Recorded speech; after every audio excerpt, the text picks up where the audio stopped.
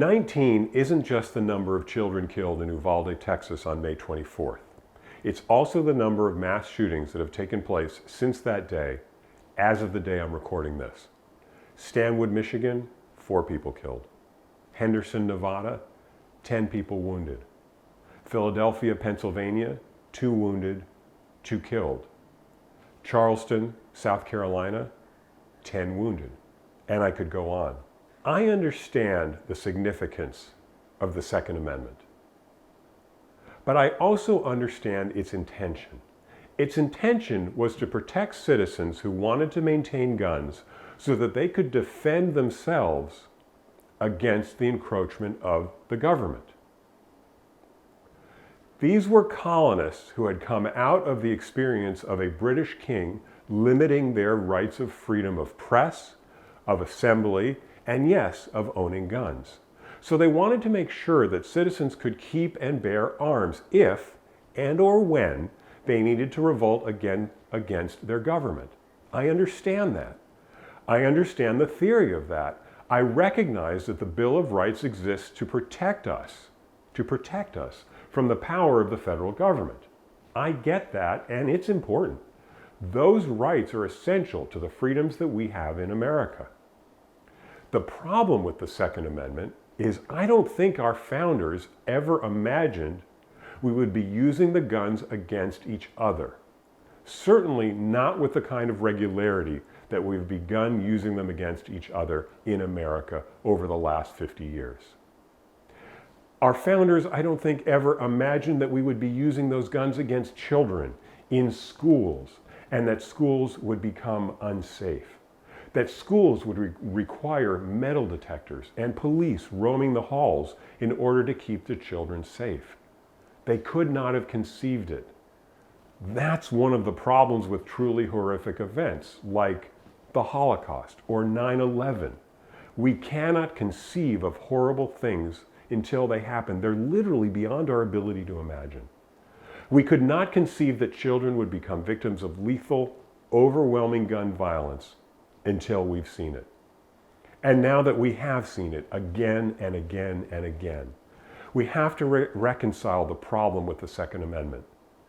The Second Amendment lives on the border between our rights and our responsibilities to care for each other and to create a safe society. We are the land of the free. That's what brought my grandparents here. Those freedoms have allowed me and my family and my community and many communities like mine to flourish around the country. And communities that are not like mine. That's the beauty of our freedom. They've all of us have been able to breathe, to live in an abundance that is inconceivable to so many people living in so many other places around the world. They look to us because of that abundance, and I cherish what living in the land of the free has given us and what it has given me.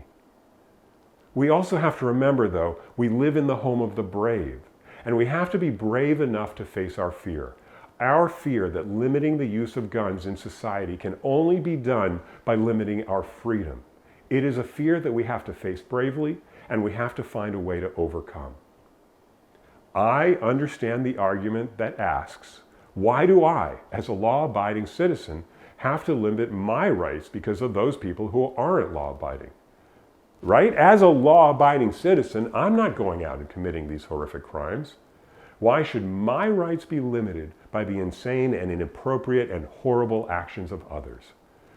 That's a reasonable argument. But there are ways to do this. There are laws, and there are states that have enacted those laws that limit the freedoms of those who are not or would not be law-abiding.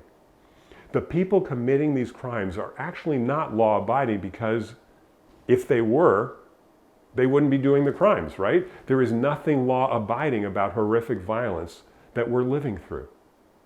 So there is room for us to pass laws and to take actions that can restrict the actions of those who are not law-abiding and that will allow the rights to remain for those who deserve to use them. In my work as a progress coach, I work with my clients to recognize their own power, their own ability for self-leadership, where they can take action in their own lives, where they can stop blaming others, where they can stop blaming forces beyond their control, where they can stop the stories that are more based in fear and limitation than they are in their ability to move forward. And I think we can do this as well in response to gun violence. We have to take action and not defer. We have to take responsibility. We have to act for our own beliefs and truths. I counsel my clients to take risks for what matters to them. We can take risks, and we can see that those risks will actually bring us greater rewards, like the reward of living in a fully safe society. The truth is, we've been playing it safe. We've been playing it safe around our action on gun violence. We have to take the risk. We have to step out of our safety and our fears and be brave, home of the brave, around legislation and action to prevent and reduce gun violence. And we can't do it soon enough, because every day there are victims who are being killed and wounded.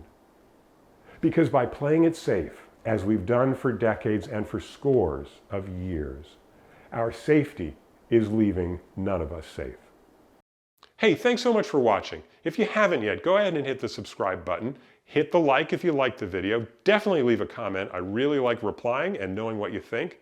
And then you can find a link below to my website, markcoach.net. On Instagram, I'm Mark Progress Coach, and Facebook is Mark Rothman Progress Coach. And I'll see you in the next video.